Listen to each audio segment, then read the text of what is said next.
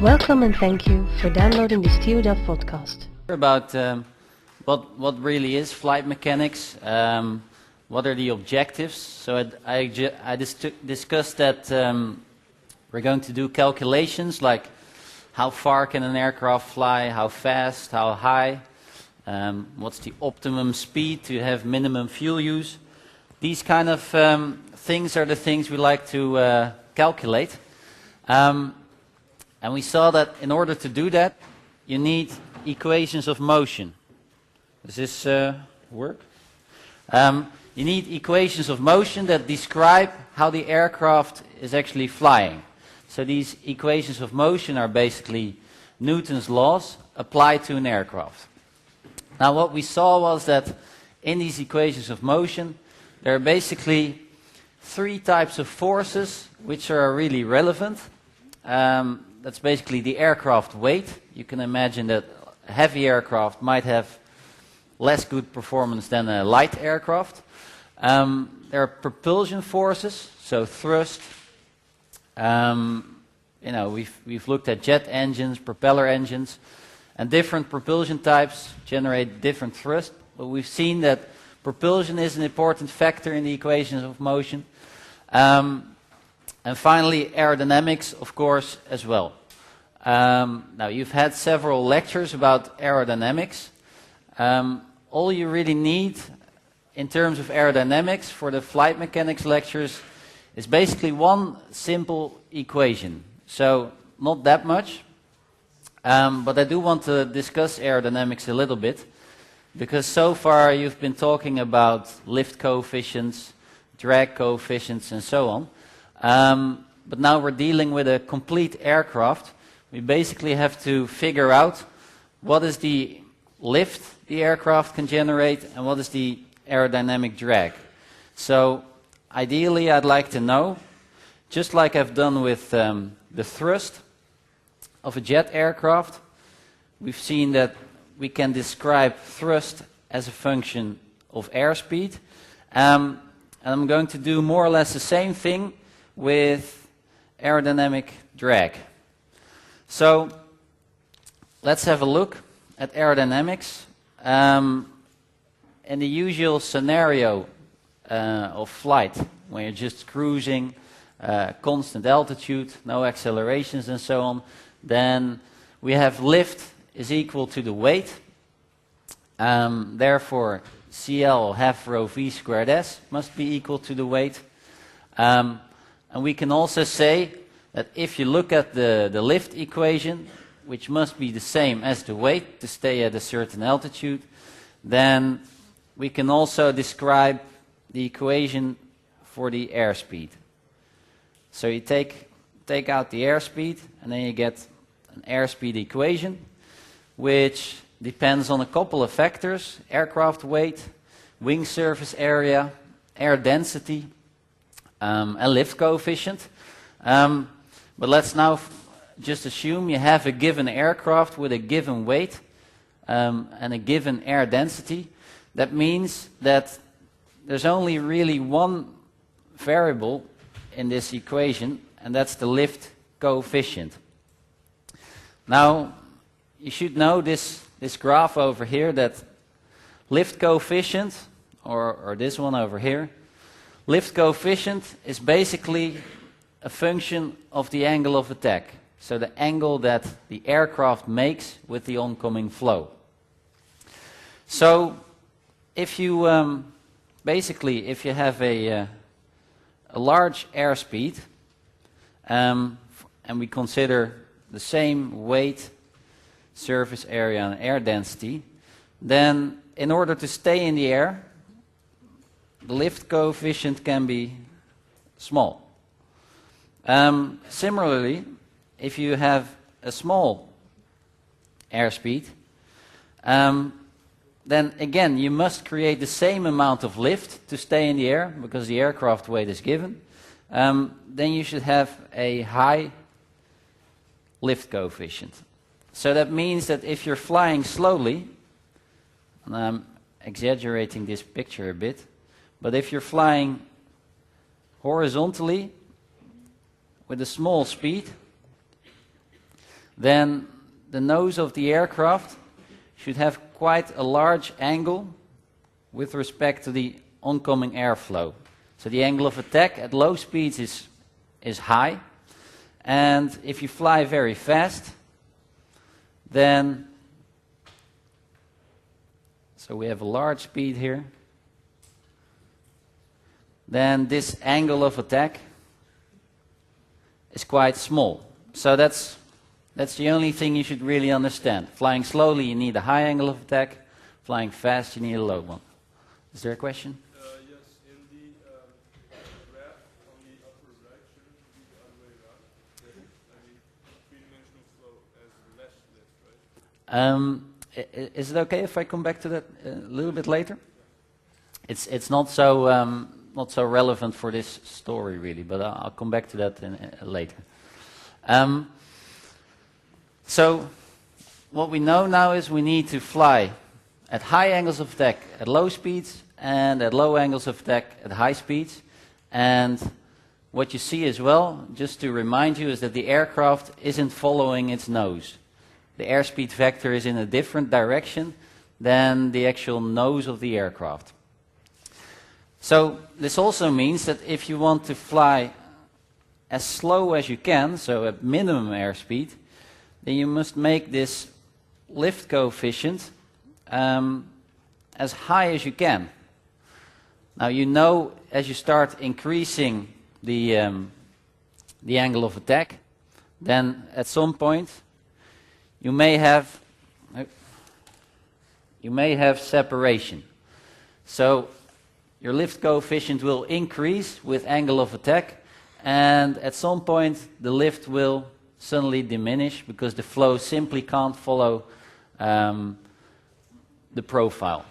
So there are different devices that were designed basically to improve this behavior, because if you start to go to an airfield and you want to land or take off, then it's actually nice if you can fly slowly, because that means you only need a limited amount of runway, and that's also a performance parameter of an aircraft. Also, in other words, if you have a given runway, it means if your CL max is high, then you can actually take more weight on board. So that's quite an important thing. And there are different devices. You can imagine devices at the front, at the leading edge of the profile, that may help the aerodynamics to stay attached to the airfoil. And if you do that, then CL max for the original case would be approximately this, and CL max for the case where you've opened this slot maybe a bit higher. So that helps you a lot. Other things that can help you, let me see. These will come later, but you can imagine, I have some other pictures later on that will show you that you can also have devices at the trailing edge which you deflect in order to create a more curved profile, and those will also help you, and those will shift this whole curve upwards. So that will also help you to improve maximum lift coefficient. But now what we're basically interested in is an aircraft. I'm not interested in just a two-dimensional profile. I'm talking about real aircraft, so three-dimensional aircraft. And what you see here is basically an aircraft from the back flying along. And what's important to realize is that if you look at the back, then there's a relatively low pressure on the top of the wing and a relatively high pressure on the bottom of the wing. Now, since the wing is only finite, this means that the air at the tips will start to form vortices. Of course, at the tips, the air would like to go in this direction from high pressure to low pressure, which means there are these vortices trailing the aircraft. And there are many different ways at which you can look at this picture, but what I think is most easy to understand is that if you leave these vortices in the air, then once an aircraft has passed, a lot of air is still moving around like this. And that means a lot of energy has been dissipated into the air. So that means that you basically lose energy just due to the fact that the aircraft is not a two-dimensional thing, but a three-dimensional thing. So these are some pictures where you can actually see those vortices in flight from a wind tunnel, but also from actual aircraft flying around. And what you then have learned in the aerodynamics lectures, I presume, is that the drag coefficient depends on two things.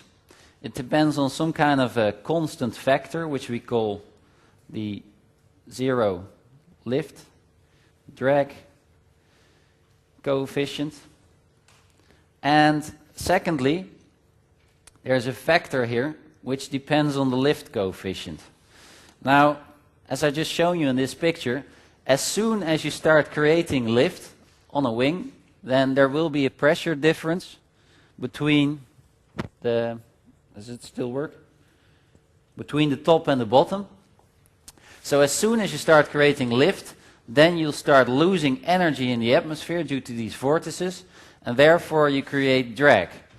So there's a second term in this equation which states that part of the drag coefficient depends actually on the lift coefficient itself.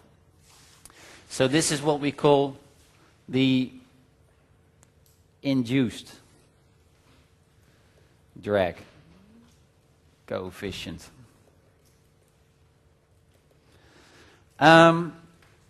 So there are some additional parameters, but you can see it's a function of CL squared and some other ones, pi, A, and E.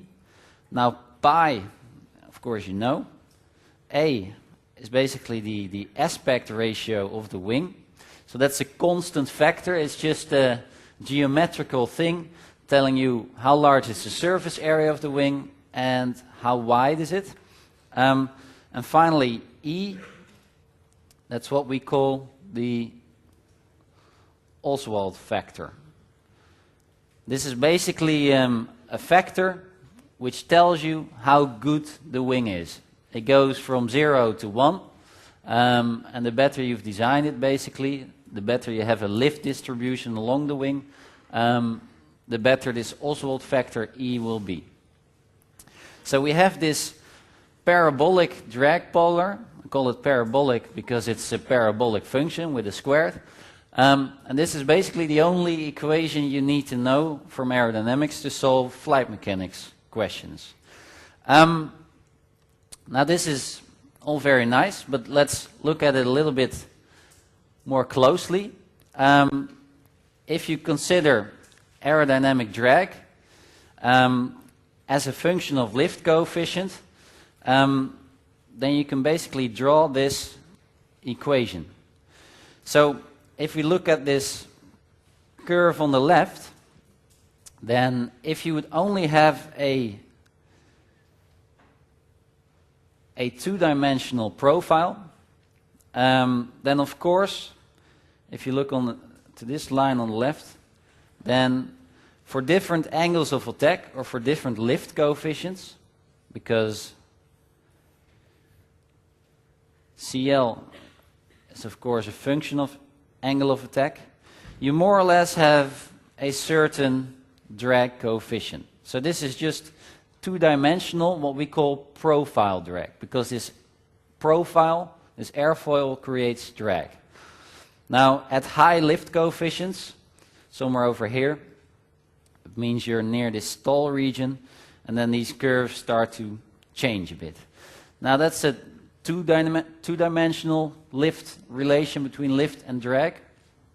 But of course, I've just discussed that there's also a three-dimensional factor, that as soon as we start creating lift, we start losing energy in the atmosphere, and therefore aerodynamic drag increases. So if you just look purely at the wing, then if you don't create lift, so if we're on the x-axis here, then the drag would be the same as the two-dimensional case. But as soon as we start creating lift, then we'll have more drag than the two-dimensional case. And therefore we call this the induced drag coefficient. So we had profile drag and induced drag. So that gives you a parabolic relation. But there's one thing you should not forget. An aircraft is not just a wing. You have a fuselage with passengers inside. There are all kinds of things sticking out, like landing gears, antennas, and so on. So if you look on at the whole aircraft, then the actual drag lift relationship looks the same, but the whole curve has shifted to the right, simply due to the fact that there are all kinds of elements which also create drag, like a landing gear, antennas, fuselage, and so on. So this formula here is basically a representation of that curve. Because if you would take this curve and you would plot it a little bit differently, so now I have CD on the y-axis and CL squared on the x-axis. So I make exactly the same plot as on the left-hand side. I'm just turning it around and using a squared.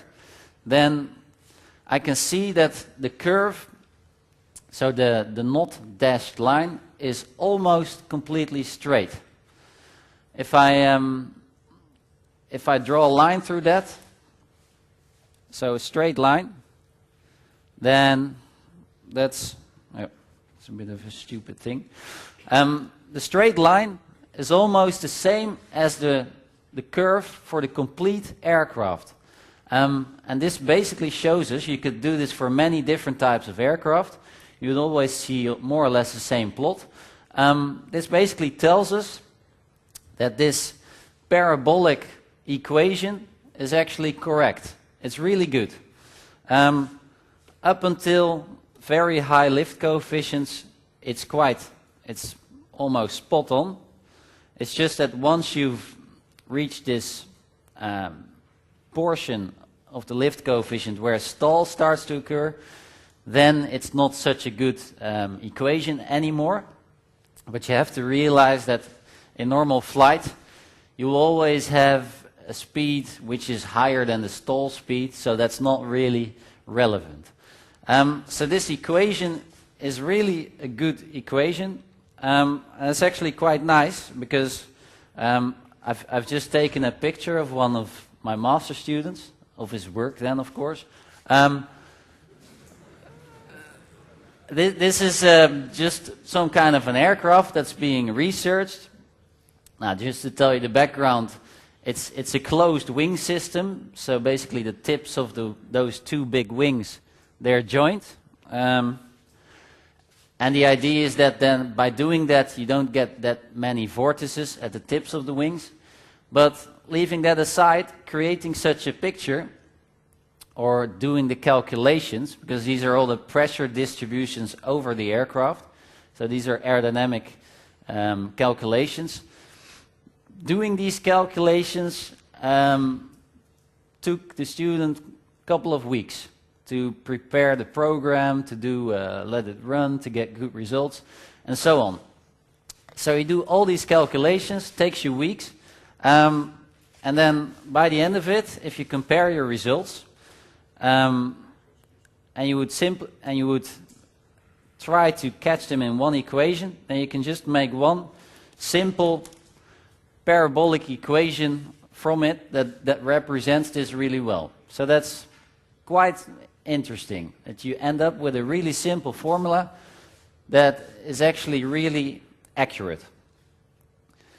So, like I said, this is a drag coefficient, but I'm not interested in a drag coefficient. I'm interested in real drag, real aerodynamic drag, because we're looking at a real complete aircraft. So let's just see. So my objective now, and that's to finalize the whole aerodynamic story, I want to know what happens to the aerodynamic drag as a function of airspeed? That's all I want to know. Now, what you see here, on the left-hand side, all I'm saying, if you fly horizontally, constant speed, then we have lift is equal to weight. You've just seen this picture before. So, before I took airspeed out of the equation, you can also say, well, let's take lift coefficient to the left-hand side of the equation and see what that is a function of. So, lift coefficient is a function of aircraft weight, wing surface area, air density, and airspeed.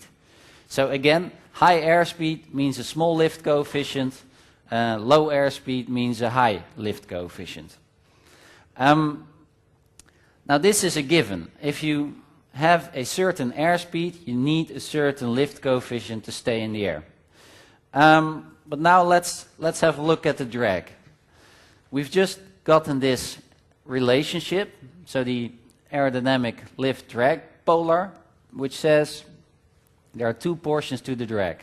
There's this zero lift drag coefficient, and there's this induced drag. Now, just to remind you, this term and pi and a and e, they're all constants for a given aircraft. Now we're interested in actual drag. So actual drag is drag coefficient half rho v squared s, just like for the actual lift. And if we take that equation, then we can fill in the equation we already have for the drag coefficient. If you do that, you end up with this. So I've just taken the top equation, filled it in here, and now I get two portions to the drag relation. So I have CD0, half rho v squared s, and I have this funny factor CL squared times half rho v squared s. Now, we already know that for a given airspeed, we need a certain lift coefficient. So we already have a relationship for the lift coefficient. And let's just take that equation on the left and put it into the equation on the right. Now, if you do that, then this is what you end up with. Now, you don't have to derive this yourself, just see what happens. The important thing to notice is that if you take CL squared, and if I take this thing here squared, I have airspeed squared on the bottom of the equation. So that means that squared, I get airspeed to the power 4, and I have to multiply that with half rho v squared s.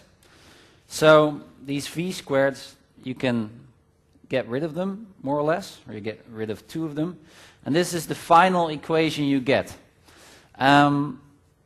So it's a very simple derivation. You just fill in the parabolic lift-drag polar in the lift and drag relations. But this is then what you end up with.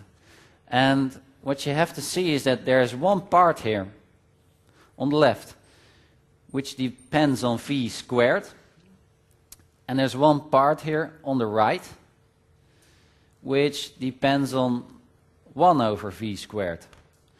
So that means that if I take the left-hand side, let's call that number 1, if I would just plot drag as a function of airspeed, then that curve number 1 looks more or less like this. It's just a parabolic curve. It's a function of v squared. The other one, on the other hand, has all constants in there, but it's 1 over v squared. So if I call this one number 2, then number 2 looks a bit like this. So 1 plus 2 gives you the total drag. So the real drag looks something like this. Now, of course, people have made better pictures than I have. But this is what it more or less looks like. So the actual drag curve is basically a parabolic relation. And it's quite interesting when you think about it. If you think about that, if you fly very slowly, you have a certain drag. And then if you start to increase the speed of the aircraft, then the aerodynamic drag is actually reducing. So that means that at some point you'll have a minimum drag, and after that point the drag starts to increase again. So if you look closely at the picture, then we have this induced drag term, we have this zero lift drag term. Then on the left hand side of the picture, you see that it's working now, isn't it? Can you hear me like this? Okay. You see that on the left hand side, basically induced drag is important, and on the other side the zero lift drag is important. And this is because at low speeds you have to fly at high lift coefficient. Therefore you get a lot of these vortices at the wingtips, and at high speeds the aircraft is flying at low lift coefficients, so it mainly becomes friction drag on the aircraft. But it's interesting to see, because this is one of the only vehicles I'm aware of that shows this behavior. So high drag at low speeds, and then drag reduces. So that's quite interesting. If you look at cars, trains, whatever, none of these vehicles show that type of behavior. Now that has some important consequences, because if you look at these equations, then you see, let's just consider you were trying to design an aircraft for high speed flight or for low speed flight. Then at high speed zero lift drag is important, and at low speed induced drag is important. So at high speed there's only one variable, and that's CD0, that's important. Whereas at low speed you see that wing surface area is on the bottom, aspect ratio is over here. So if you look at aircraft, then it's actually on the right hand side you see a starfighter, so that's an aircraft that can fly about Mach 2, so it goes very fast, and that means that aircraft only needs very small wings, because you're going fast anyway to create lift, so you have dynamic pressure to create lift. And if you would make a cross section of the wings, so you'd cut the wings in two and have a look, then it looks a bit like this. So these are very sharpish, thin wings that have very low friction drag. Whereas if you look at this other aircraft, which was a bicycle plane, so there's one guy pedaling in the front. You need to be quite fit to do that, because you need to generate a lot of power. But you can imagine if you cycle yourself, you can't generate a lot of propulsive force, so you have to fly slowly. Now, in that case, this other type of drag, which is induced drag, becomes really important. So there you see that this aircraft on the left has a completely other wing. The wing itself is designed completely differently. And that's simply because of all these terms you see in this induced drag relation.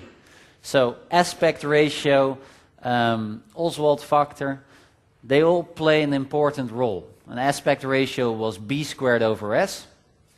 So if you have very long, thin wings, then you have a large aspect ratio. And that's what you basically see here, long, slender wings. So that's aerodynamic forces, and we've ended up with the aerodynamics as a function of airspeed. So if I then summarize this first lecture, which I wasn't able to finish, then we've seen that we could derive two equations of motion based on Newton's laws. We've seen that thrust of a jet aircraft or power of a propeller aircraft, we can assume that they are more or less constant as a function of airspeed. So we can say, well, thrust of a jet aircraft as a function of airspeed is more or less constant. And we can say basically the power of a propeller aircraft is more or less constant. And we have now an equation for the aerodynamics, which told us that aerodynamic drag as a function of airspeed looks more or less like that. So that's all we now need to start solving actual questions. So then let me see if you want to keep these notations? Yes? No?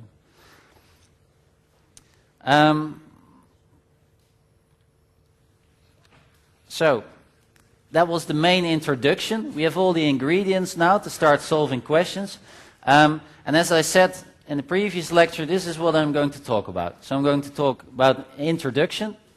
Then I'm going to look at horizontal flight performance. So what is the performance of an aircraft if it stays at one altitude? Then climbing flight, descending flight. And then we're going to combine everything into a flight envelope describing what an aircraft can actually do as a function of airspeed. So let's start with the introduction. And this is about horizontal flight performance. So the questions I'm going to ask: how fast can an aircraft fly? How slow can it fly? Now that's something we've already covered basically. And more importantly is actually at what speed should you fly to be able to fly as far as you can. So this is important in terms of fuel use. So that's relevant for airliners if they want to fly from A to B.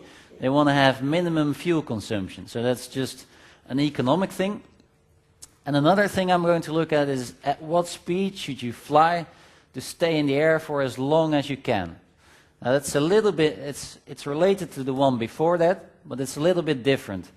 So sometimes you have these military aircraft in the sky that are just circling around to maybe monitor the airspace.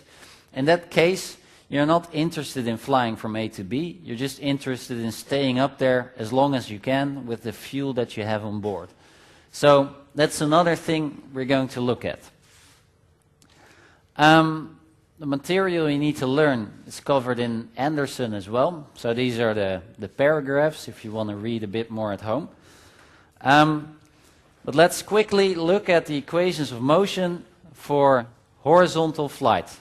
So the type of flight for cruise, maximum speed, minimum speed, and so on.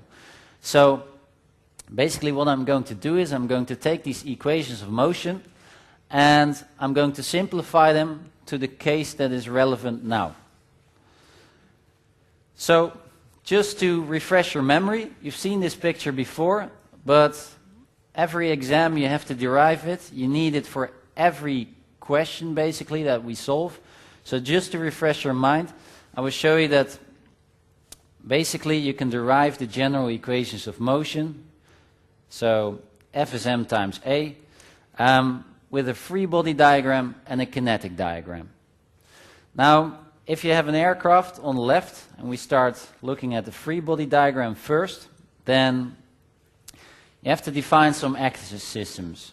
So there's a moving Earth axis system which has the same orientation as the Earth and is fixed to the aircraft. Then there's also something we call a body axis system fixed to the plane, because the difference between these two axis systems tells us what is the orientation of the aircraft in space. Now the difference between the two is angle theta, which is called the pitch attitude, and that is what the pilot actually sees when he looks outside the window of the aircraft. Now, the aircraft isn't following its nose, so you have a certain airspeed, and that is in a different direction than the nose of the aircraft. But the airspeed vector, of course, is very important, because this one determines where you're going, and that is very relevant from a performance point of view. We can also define angle between the horizon and this airspeed vector.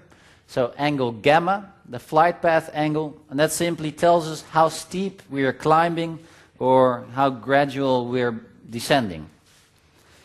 Now, finally, there's an angle between the aircraft and the airflow, and that of course is the angle of attack, which is relevant for the aerodynamics, and that tells you how much lift and drag the aircraft will generate. So, based on this, you can describe several forces. Lift being perpendicular to the airspeed by definition. Aerodynamic drag, which is parallel to the airspeed vector, but in the opposite direction, of course. Aircraft weight, and finally there's a thrust vector, and the thrust vector will be fixed to the plane depending on how you position the engines. So the thrust vector will also have some kind of an angle of attack. Now, if you look at the kinetic diagram, this is basically the accelerations of the aircraft. Then we have the same axis systems, same airspeed, but now let's introduce two accelerations, because the plane can move in a two-dimensional plane. So, just by definition, I'm taking the accelerations parallel and perpendicular to the airspeed. So the aircraft might be accelerating, hence you have airspeed with time varying, so the horizontal or the component parallel to the airspeed.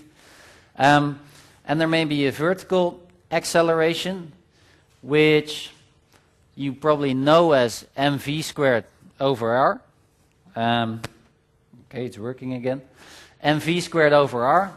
And in the previous lecture I showed you that you can also describe it a little bit different as m times v times the change of flight path angle with time. And the only reason we write it like that, it's exactly the same as mv squared over r. That's because a radius in a pull-up doesn't mean that much. It's a radius to a virtual point in space, whereas we already have a flight path angle which is relevant for the forces, so that leaves us with less variables. So this was a bit quickly, but I've already shown it. You have to be able to draw these diagrams and to derive these two equations of motion. So if you take the forces parallel to the airspeed and the forces perpendicular to the airspeed, and you equate them to m times the acceleration, then these are the two equations of motion that you end up with. So this is general, so climbing, descending, accelerating flight, but now we're going to look at a flight condition where the aircraft is performing a horizontal and steady flight. I put those words bold simply because these statements are statements you will get on the exam. For example, the aircraft is flying horizontally, and then you must know what horizontal exactly means. So these are 4 definitions. They are fairly easy to understand, but you have to know what they are. So if you look at horizontal flight, then of course that means you're staying at one altitude. So this flight path angle, if you look at the picture, the angle of the airspeed with the horizon in horizontal flight, of course, is equal to 0. So horizontal flight, the third one, means flight path angle is equal to 0. Steady flight, as steady as the word says, means that basically forces and moments acting on the aircraft don't vary in time, not in magnitude, so the size of the force, or in the direction. Now, all that means in simple terms is basically that the aircraft is not accelerating or decelerating.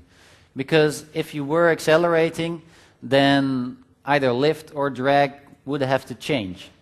So steady flight just means you're flying at a constant speed. Straight flight, that's maybe a little bit different than horizontal flight, but I've just described that airspeed is defined as the flight path angle is defined as the angle between airspeed and the horizon. So straight flight just means you're going in a straight line. So the airspeed vector isn't changing direction, which means that gamma may have a value. You might be climbing or descending, but gamma is constant. So the change of flight path angle with time is 0. Now, final one, symmetric flight, is not so relevant for this lecture really. All it means that the aircraft is not turning. There's one additional thing, and that says that the plane of symmetry of the aircraft is perpendicular to the Earth. Now that is maybe a bit difficult to understand directly, but what do I mean with that? If you have an aircraft, you could actually fly such that if the pilot puts in a pedal input and the rudder of the plane will deflect, then you can actually fly a bit sideways. And you can imagine if you fly a little bit sideways, then that's not something you would call symmetric. So that will be the case. Don't look all the angles, etc. But that will be the case on the left-hand side, for example, if you have an engine failure. If one of the engine fails, then the other one has to provide all the propulsive force. So that means you get a moment around the aircraft center, and the aircraft nose will have to go to the left or the right. And you have to compensate for that with a rudder input. But clearly, even though you can fly with an engine failure, it's not something you would call symmetric. Now, fortunately, that doesn't happen that much. But what does happen a lot is that you have to land on an airfield, but there will be side wind. So the airfield will have a certain direction, but there may be side wind. In order to fly and to land on the airport, you basically have to point the nose of the aircraft into the wind. So you're kind of flying sideways to get rid of this wind component in order to land straight on the runway. So that means you would approach the runway like this on the top hand picture. But of course, if you put it on the ground, then the wheels would not be in the same direction as the runway. So just before you land, you will put the nose in the direction of the runway. You'd have to bank the aircraft as well. You'd land on one wheel and then you put the other wheel on the ground and you've landed. Now, these two pictures show you in general how that works. But let me just show you one video before the break of maybe an interesting plane. Hope it works. This is a B-52 landing. Now, as you may know, a B-52 is a rather large airplane. And if this plane was to land like this, so with one wing down, the wings are so long that the wings would hit the ground. So this plane can't do that. So this is one of the only aircraft that is able to change the direction of the landing gear. So you can see it's actually landing a bit sideways. And as the picture goes on, you'll see it better. But you see the aircraft is on the ground. You can see by the direction of the parachute where the wind is coming from. And it's more or less driving sideways, simply due to the landing gear, which can be directed in the correct direction. So that's side slip. And you can see it's driving sideways. And that means that these equations, if you consider horizontal and steady flight, will simplify, but how they will simplify I will tell you after the break.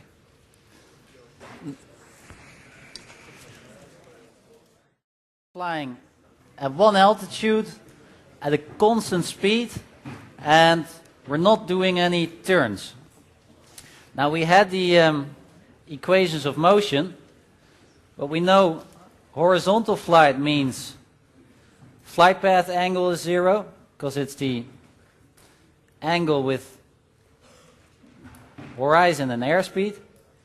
Steady means there's no change of airspeed. And finally, symmetric just means we don't have any turns. But that also means that we only have 2 equations, because this is 2-dimensional flight instead of 3.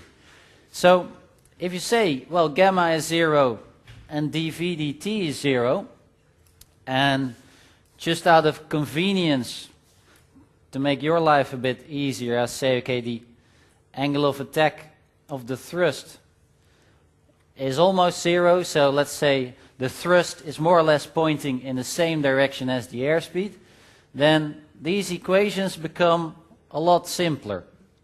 So cosine of alpha t becomes 1, the sine of gamma becomes 0, dv dt becomes 0. We don't have a change of flight path angle with time. Nope. So since gamma is 0, that term is also 0. The cosine of gamma is 1, and the sine of alpha t is 0. So that means that these complicated equations, which you will need later on, for this scenario, they just become thrust equal to drag, and lift is equal to weight. So that's very simple. Equations you already know. The most simple form of the equations of motion. And the question is, we have these 3 forces, and how do they actually vary with airspeed? Because then we can say something about the performance of an aircraft. Now we've already derived that basically. We know how aerodynamic drag behaves, we know how thrust behaves as airspeed. So what we can now make is a diagram where you have both the aerodynamics and the propulsion together in one diagram to tell you something about performance, and this is why we call it a performance diagram. And that diagram will help you to solve basically all the performance questions, so minimum airspeed up to speed, instability, range, endurance. So everything can be solved basically with a simple diagram. And the performance diagram, you also see it sometimes, it's called a Pernod diagram, but all it means is if you just take a certain aircraft with a certain altitude, a certain engine setting, certain aircraft weight, and then we're going to plot thrust and drag in one diagram. And that looks more or less like this. So you can plot a force as a function of velocity. So here we have that aerodynamic drag that we just described for an aircraft. The thrust, here I'm talking about a jet aircraft, and we discussed in the previous lecture that for a jet aircraft, if you keep everything the same, so the throttle setting, and you just vary airspeed, then the thrust of the engine won't really be affected. It will be more or less constant. So this is typically what a performance diagram looks like. Now, here I have force. You could also decide to draw it as a function of power. So you may remember from last week that, or from the previous lecture, that power available, so basically the power you need to fly from A to B, power available was the thrust multiplied with the velocity. So if you have a diagram with forces, you could also say, well, if I multiply thrust with velocity, then I can also plot power. So aerodynamic drag multiplied with velocity is what we call power required. So then if you would draw it as a function of power, so power versus airspeed, then all you do is you take this aerodynamic drag curve multiplied with airspeed, then it gets tilted a little bit, but you get a curve with more or less the same shape on the right hand side. So performance diagram shows you propulsion and aerodynamics in one diagram, and the difference between the two tells you what the performance is. You can imagine if at a certain airspeed you have much more thrust available than you really need in terms of aerodynamic drag, then you can accelerate very rapidly or you can climb very quickly. So this can tell you a lot of things about the aircraft performance. Now here, this is just as an example, the actual performance diagram of a real aircraft. So this is actual aircraft data, and this is just to show you that this is these curves, like the aerodynamic drag curve, it really looks like this parabolic relation. In this case, it's not a pure jet aircraft, it's maybe a little bit of a different engine, so you have a different behavior of the thrust with airspeed, but this is just to show you an actual performance diagram of a real aircraft. Now, to summarize, so far we've derived that aerodynamic drag as a function of airspeed is this parabolic relation, and we say for a jet aircraft thrust is more or less constant, and for a propeller aircraft power is more or less constant.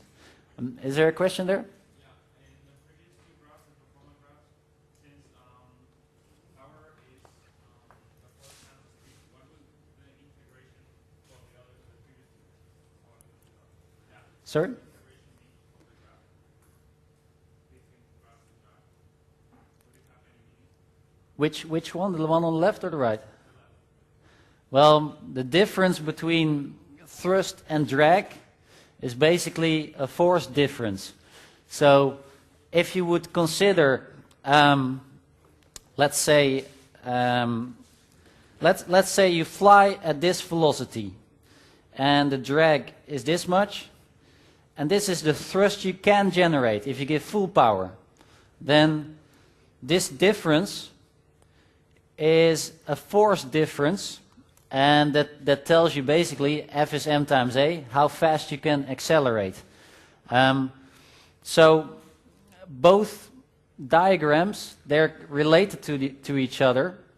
Basically one is just another way of showing power, the other one shows force, but they give you the same information more or less. But I will show you that in some cases it's nicer to look at power, and in other cases it's nicer to look at forces. But you can use both. Doesn't really matter which one you use. If you have one of these diagrams for an aircraft, you can solve all the performance questions. So, back to this diagram. Now I said for a propeller aircraft, that was an aircraft that could adjust the pitch of the propeller blades in order to get optimal efficiency as a function of airspeed. So this is why we assumed power was more or less constant for a propeller. And just to show you, if thrust of a jet is constant, then if you'd say power available is thrust multiplied with velocity, then the power curve of a jet looks like a straight line from the origin in a power diagram. So this is what you would call a performance diagram, and we're going to use this diagram basically for all these applications, minimum airspeed, maximum airspeed, range, endurance, and so on. So let's start with minimum airspeed, or with horizontal flight performance. So we're going to look at minimum airspeed, how slow can you fly, maximum, how fast. Range means the distance you can fly with an aircraft. Endurance, how long can you fly. And then there's a special thing called speed, stability, and instability. And that means in certain portions of a flight, if the pilot is just drinking coffee, then the aircraft will start to accelerate or decelerate. So meaning it's not stable, and the pilot would have to actively control the aircraft to stay at a certain speed. How that works I come back to later, but you'll also see that there are also certain portions of flight where the aircraft is stable. So the pilot could go have a coffee, go to the toilet, and the plane would just fly at a constant speed. And that's an important thing to be aware of as a pilot, and it's fairly easy to solve with our equations of motion. Now, like I said, we're considering horizontal, steady, symmetric flight. So lift is equal to weight, and thrust is equal to drag. And in other words, since power is a force times a velocity, thrust equal to drag also means that thrust times velocity equals drag times velocity. So power available, the power you have from the engine to transport yourself, is equal to the power you require to overcome the aerodynamic drag. So that's the same equation basically. Now, minimum airspeed. That's one we've already more or less solved. And that reminds me I didn't answer your question earlier on about the curve. Is it okay if I answer it at the end? Because I don't have that much time actually. I'm already an hour behind. So we have lift is equal to weight. CL half rho V squared S equal to weight. So we have an equation for the airspeed if lift is equal to weight. So you've seen this before. Minimum airspeed you will obtain when lift coefficient is maximum. So you need a high angle of attack to create the most lift you can. And this picture here is a nice example. So what you can see there is the aircraft is actually quite steep. It's flying horizontally, and you can see from all the flow around the wing that the aircraft is actually in a more or less stalled condition. Now this aircraft is basically cheating because it's an aerobatic aircraft, and this propeller can create a lot of thrust. So this means it's more or less hanging on its propeller. Now, normal aircraft have a thrust which which may be in the order of 25% of the aircraft weight, whereas such an aerobatic aircraft can generate much more thrust. So normal aircraft wouldn't be able to do it, but this one can, and it's quite nice to see that you have then separated flow around the wings. So various devices that can improve maximum lift coefficient. You might have a device at the leading edge of the wing, which we call a slat. And if you open that, you increase CL max. Similarly, at the trailing edge of the wing, we have what we call flaps. So these are what we also call high lift devices.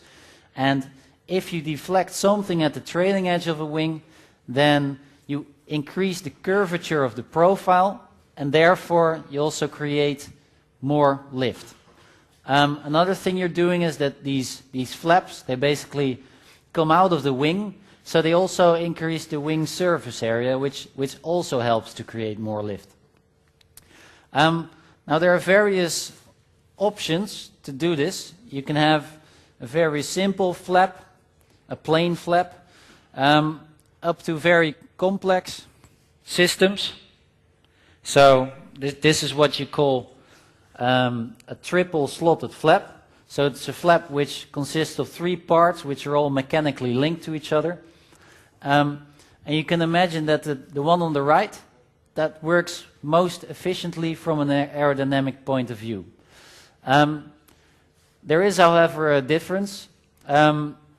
Maybe with the simple flap on the left, you get less lift coefficient, but the advantage is that the whole system itself, it weighs much less than this complex system.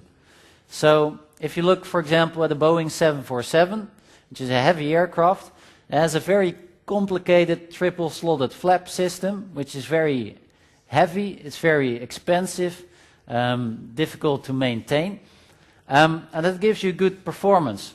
But if you look back at this equation, then the minimum airspeed also depends on aircraft weight. So if you're heavier, so you have a heavy flap system, then that is disadvantage.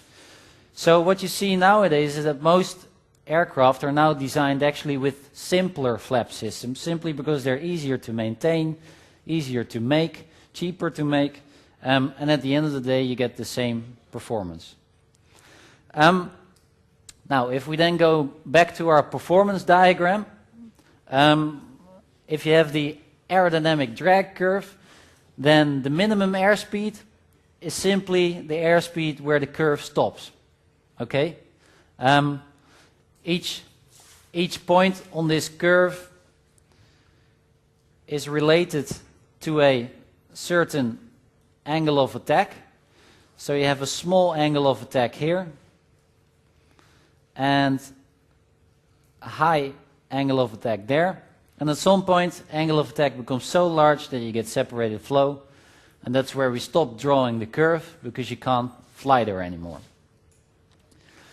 Now this is an example calculation. It's not so difficult. This is something we could ask you to do on the exam.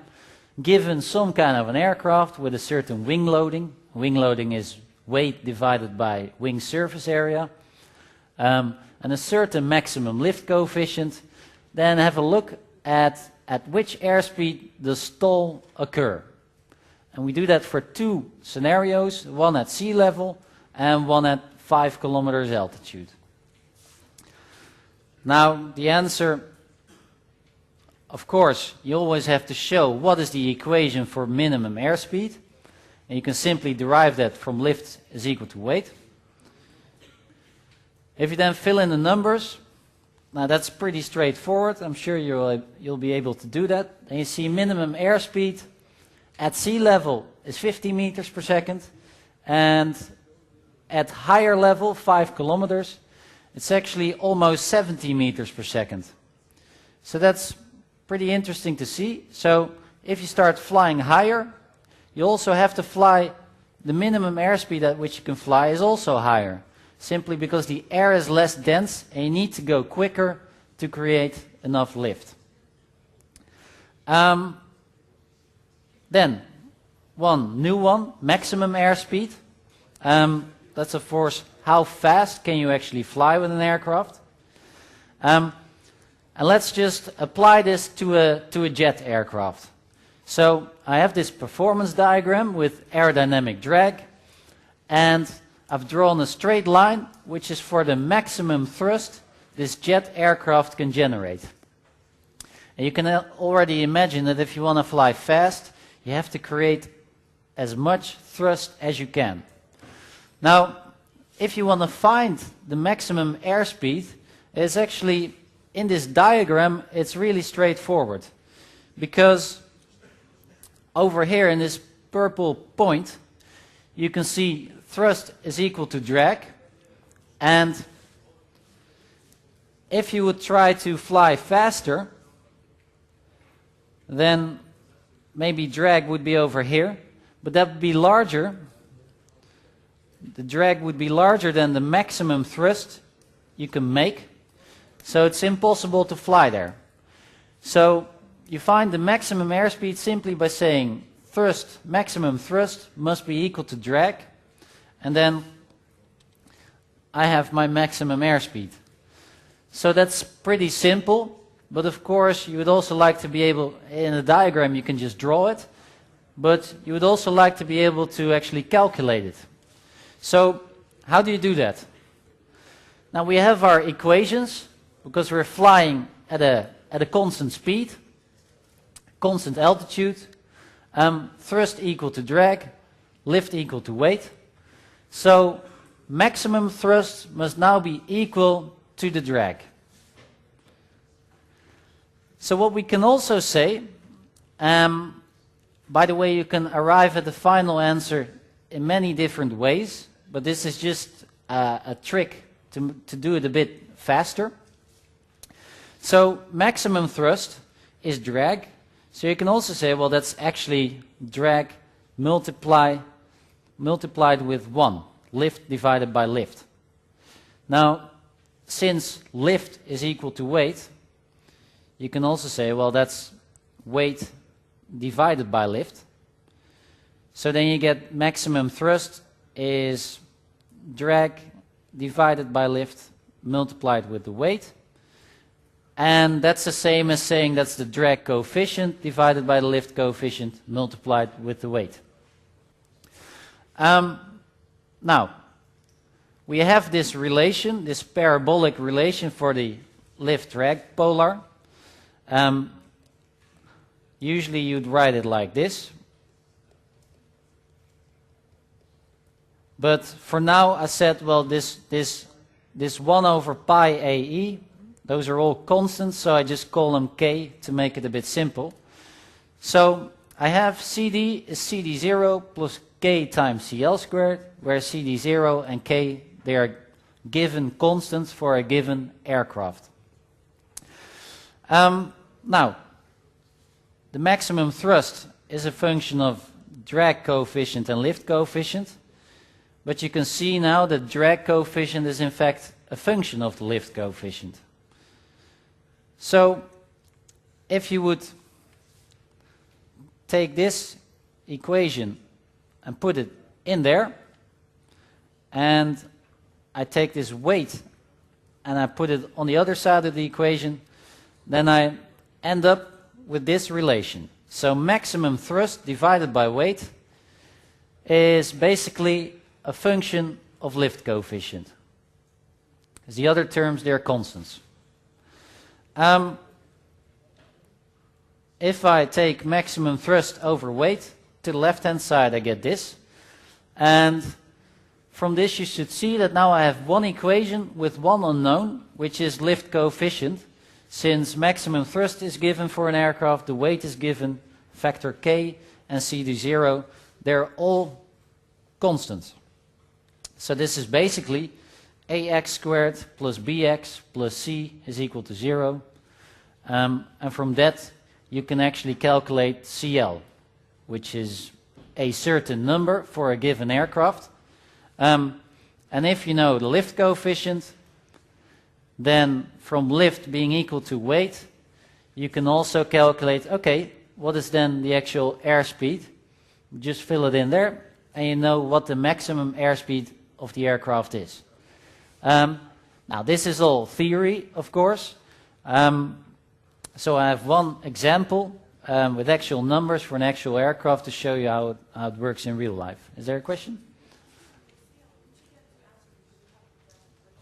Yeah, that's right. Yeah, you get two answers, but you will see straight away that one of the two answers will not make sense. But I'll show you that probably in the next example. Typically you would get one very large CL and a very small one. And of course, the small CL is the one related to a small angle of attack, so that's where you fly fast. So the other one is basically, the other solution is probably where this curve intersects there.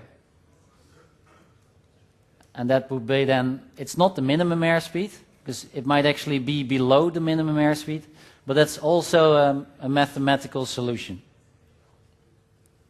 So let's just take this aircraft, the aircraft of the faculty, and let's see what is in fact the maximum airspeed when it's flying at sea level, at a certain aircraft weight, when it's fully loaded with passengers and so on.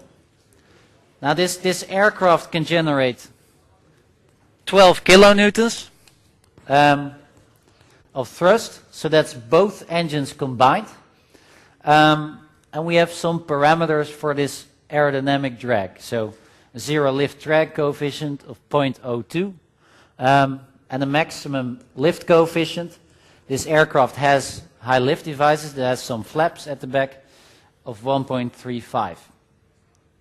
So let's just see how do we calculate maximum airspeed for this aircraft. Works as follows. You always have to state, okay, what's happening, so this is how you would write it down in an exam. What's happening at maximum airspeed? Lift equal to weight, thrust equal to drag, and we have relations for lift and drag. I don't know if it's readable from the back, but we know thrust is equal to drag, which is CD over CL times the weight. So if we take that, you can also say, well, weight divided by thrust is equal to CL over CD. So that means we have an aircraft weight of 60,000 newtons, 12,000 newtons of thrust. So CL over CD must be equal to 5 to fly in this maximum condition, because 12 kilonewtons is the maximum thrust. So CD is CL divided by 5. And I have a lift drag polar, so that means this is CL divided by 5. So if I rewrite it, I take CL over 5 to the left hand side, then I get this equation with CL squared in there being equal to 0. Now if you fill in all the numbers, you just get x squared plus bx plus c is equal to 0. You have the numbers here. And then you find CL is 0.11, and probably if you type it in your calculator, you will also find some large value of CL. But of course, the low value of CL is the realistic solution. Now this is just a lift coefficient. So airspeed follows from the airspeed equation, and that's about 170 meters per second. So that's pretty fast at sea level. Now, just for your information, what is then the Mach number? Perhaps interesting to see. At sea level, you can fly, or the speed of sound is 340 meters per second. So that means that if you take this maximum airspeed we just calculated, you can say, well, that's actually Mach 0.5. So that's pretty fast, but it's by no means high subsonic or even transonic. So that's the minimum airspeed, maximum airspeed. Now let's start having a look at range. So trying to fly as far as you can. So there are two questions you could try to do. You could say, I take my aircraft and I want to fly as far as I can. Just see where do I end up. Okay? Now that's not a really normal way of flying. Normally speaking, you would say, I want to fly from Amsterdam to New York. So then the distance is given. But the same problem is basically saying, okay, if the distance is given, I want to fly with the least amount of fuel. Because that's the same thing as saying with a given amount of fuel, I want to fly as far as I can. So this is the problem we're going to look at. Now there's a parameter you can define, and that is called specific range, airspeed divided by fuel flow. And fuel flow is usually expressed in newtons per second. So an amount of fuel per second that is being burned. Now, question is, why would you define this strange ratio? You will see that directly if you look at the dimensions. So airspeed is meters per second you fly. Fuel flow is newtons per second, amount of fuel per second. So the seconds are divided out, so seconds on the top and on the bottom. This means that V over F is an indication for the number of meters you can fly with a given amount of fuel. So you can see straight away that if you optimize that variable, then you can fly the furthest you can with a certain amount of fuel. So this is something, if you want to fly as far as you can, or over a given distance with the minimum amount of fuel, then you must maximize the distance you can fly with 1 liter of fuel. So that's pretty straightforward, I should say. But let's have a look at how far a propeller aircraft can fly, and then I'll finalize the story with the first propeller aircraft that actually flew across the Atlantic and how they managed to do that. So this fuel flow of a propeller, if this is the propeller and you have some kind of a propulsion system, then there's a certain power delivered to this shaft around which the propeller rotates. So P brake is what we call shaft power, and this is delivered to the propeller. So it doesn't matter how it's delivered to the propeller, but it's delivered to the propeller. And the propeller actually accelerates air. So the power you have available is some kind of efficiency multiplied with the shaft power. Now the reason it's called PBR is because the term comes from brake power. In the old days they used to apply a brake to a shaft to measure how much power it delivers. So what we can say is, okay, fuel flow is some kind of a parameter multiplied with the shaft power. You can imagine the more shaft power you want, the more fuel flow you have. So there will be some kind of a variable, and it depends purely on your engine, that tells you how much fuel you're using depending on the shaft power. So combining that with this equation for power available, you can say, well, fuel flow is this fuel consumption parameter, Cp, multiplied with power available divided by the efficiency. Now, in this steady horizontal flight, we're trying to fly as far as we can. So thrust is equal to drag, or power available is equal to power required. We can say, okay, we have power available in the equation, so we can also say that's power required, because they must be the same. So that's aerodynamic drag multiplied with airspeed. So we have fuel flow now here, we have airspeed, and remember, V over F meters per Newton is what we try to maximize. So if we rewrite the equation, then we get V over F is this efficiency divided by this constant multiplied with 1 over the aerodynamic drag. Now this efficiency and this parameter Cp, in normal applications you can say, well, that's pretty much constant for all the airspeeds that we're interested in. So that means if you want to maximize V over F, then you would have to maximize 1 over the aerodynamic drag, which means you have to minimize the actual aerodynamic drag.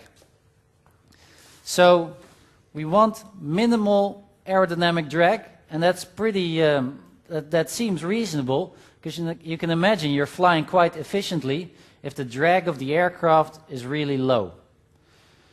Now, drag was also drag times lift divided by lift, which is drag over lift times weight, which is CD over CL times weight. So saying minimum drag is the same as saying, okay, I want to have maximum lift over drag coefficient. Okay?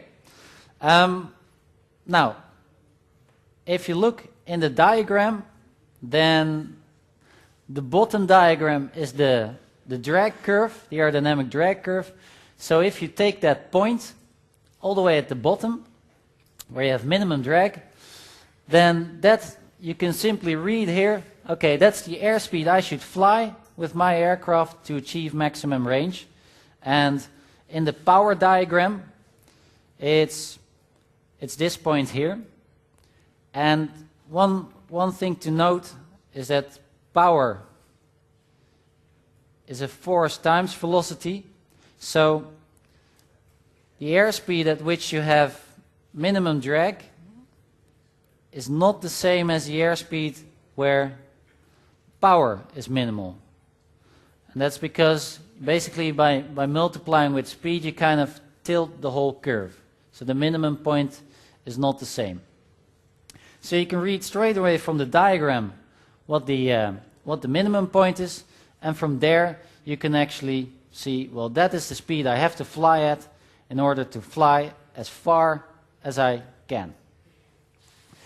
Interesting to see maybe is that this point over here is actually where if you draw a line from the origin, that's where you just hit the curve. Because power is drag multiplied with airspeed. So this curve is basically a measure for power divided by airspeed, which is drag times airspeed divided by airspeed, which is drag. So a line from the origin, if it just hits a curve, that's the same minimum point, just a mathematical thing. So you can read from the diagram, okay, if I have this aircraft, I have to fly at 140 kilometers per hour to get as far as I can. Now, you have one problem, which I'm not going to solve today. I'd rather tell you one story before I finish. Of course, you want to fly at a lift over drag coefficient, which is maximum. But you can't just say to somebody, please fly at the minimum drag condition. You can still hear me. So you have to calculate the actual airspeed that belongs to that condition. But let's do that next week. I just want to show you one story before I finish. Let me find the sheets. So this was the first propeller aircraft that actually flew from New York across the Atlantic Ocean. Back in those days, nobody's ever flown across the Atlantic. So they had a prize. You could win something like $20,000 if you would complete the flight. The flight was from New York to Europe because of the wind conditions. Wind is always in that direction, so you have wind in the back and that helps you. And this guy, Charles Lindbergh, was the first one to complete this flight.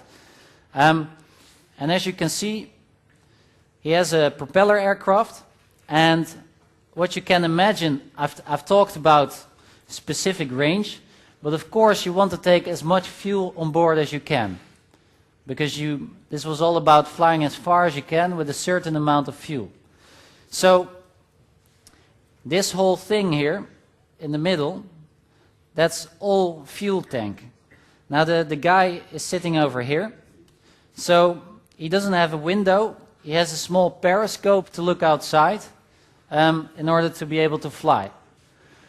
Now all looks very exciting, but it was quite serious business, because before he took off from New York, actually several other people tried to do this, and because they loaded up their planes with a lot of fuel to be able to get as far as they can. The plane was very heavy, so quite a few of them actually weren't able to take off by the end of the runway and crashed.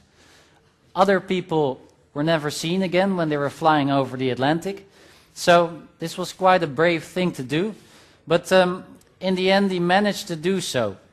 And this is a plot I've taken from a NACA technical note. That's the predecessor of NASA. And what you see here this is basically the power required.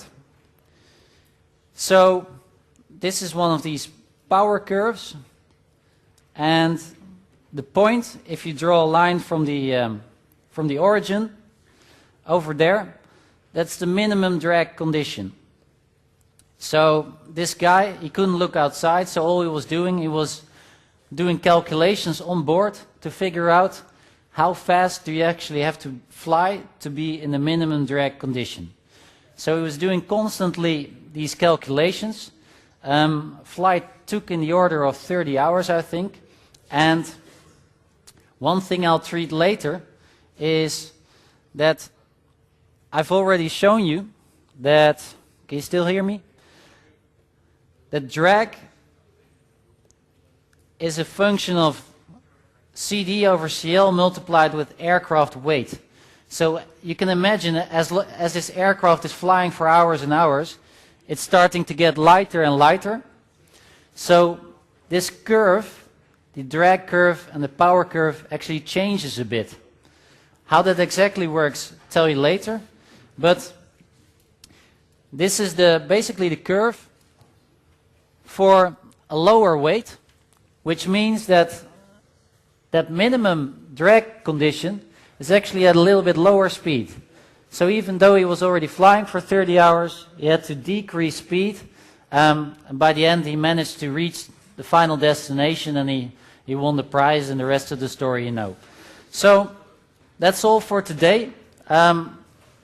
Next time I'll show you the actual calculation, and we'll start looking at endurance and speed stability.